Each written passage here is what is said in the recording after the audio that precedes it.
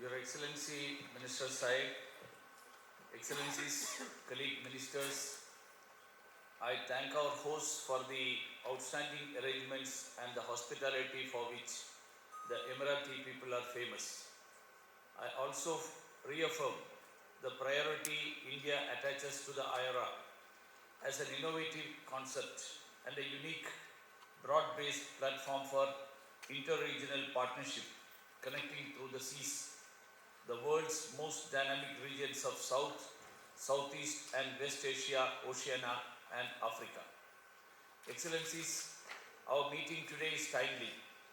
Over the past year, the world has remained in ferment, yet a positive consequence is increased faith in suitably reformed multilateralism.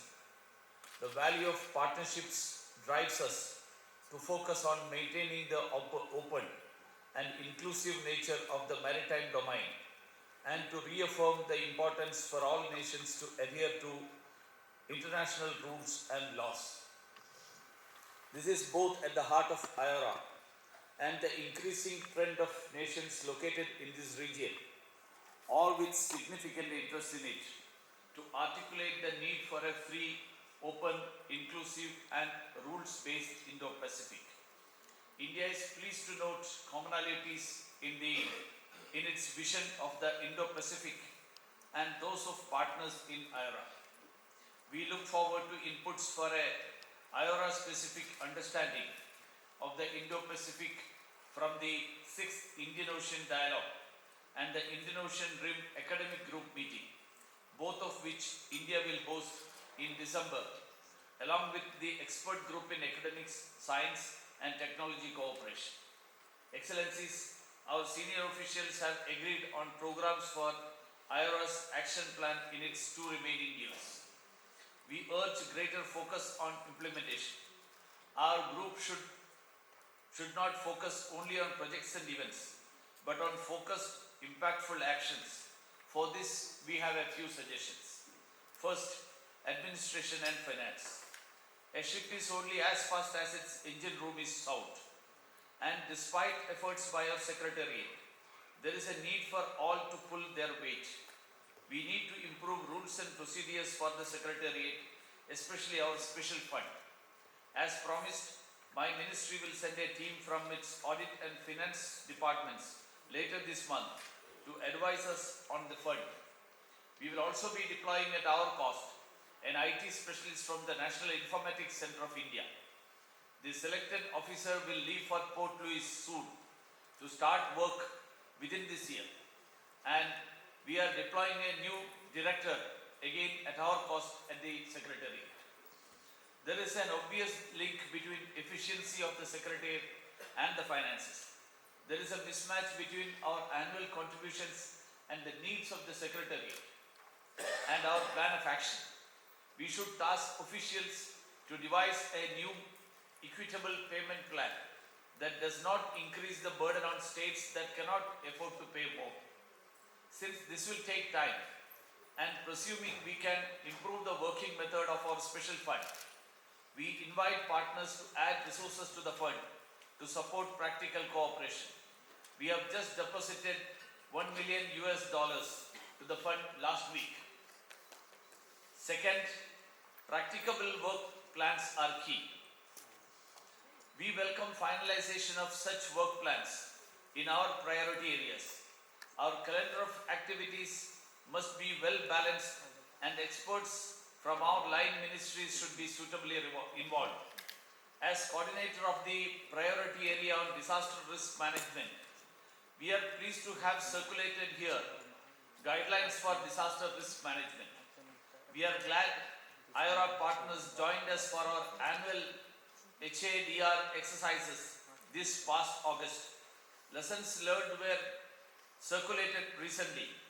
Given the vulnerability of the larger Indo-Pacific region to natural disasters, we believe such exercises should have the widest possible participation. We also encourage partners to join the Coalition for Disaster Resilient Infrastructure, launched at the United Nations this past September. And we look forward to positive responses on the MOU we have circulated in IORA to share information from our Information Fusion Center for the Indian Ocean region. Third point, widening the circle. IORA will be more effective when we go beyond policymakers and academics to bring in business and other stakeholders. Our activities and programs must have a real world impact.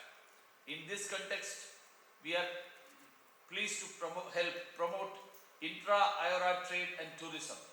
We will host a workshop on beach and cruise tourism in spring 2020 in partnership with our business chamber. And we are hosting a course in filmmaking at our National Film and Television Institute in February.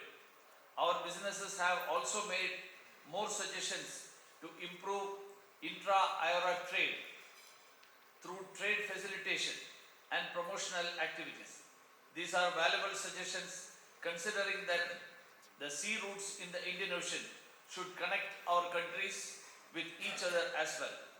In this context, we see value in greater intra-IORA work on the blue economy and on science and technology, bearing in mind the risk that pollution, especially plastic waste, unregulated exploitation of resources, including illegal, unreported and unregulated fishing, poses to the environment equilibrium of our oceans. We need to task our scientists and oceanographers to increase understanding of these challenges and to convey to policymakers solutions to address these challenges. In this regard, our Prime Minister recently announced an Indo-Pacific initiative for the oceans. It calls for creating partnerships to deal with specific challenges to our maritime domain, from security and safety to disaster management, from sustainable management of resources to better trade and transport links. We will be happy to share details so that we can collectively address the challenges to Indian Ocean. Dialogue partnerships symbolize inclusivity and cooperation. We welcome the interest evinced by so many of our valued partners in the IORA. It's now our group's responsibility to establish a workable model to engage with dialogue partners that's in line with the inclusive nature of the group and its objectives, while prioritizing the member state-led nature of its processes. Excellencies, distinguished delegates, let me conclude by recording our appreciation to South Africa for its leadership of IORA these past years. We also welcome India's close neighbor and valued friend Bangladesh to the Troika as the next chair. We also congratulate Maldives on becoming full member of the IORA and welcome them warmly to the IORA family. Thank you.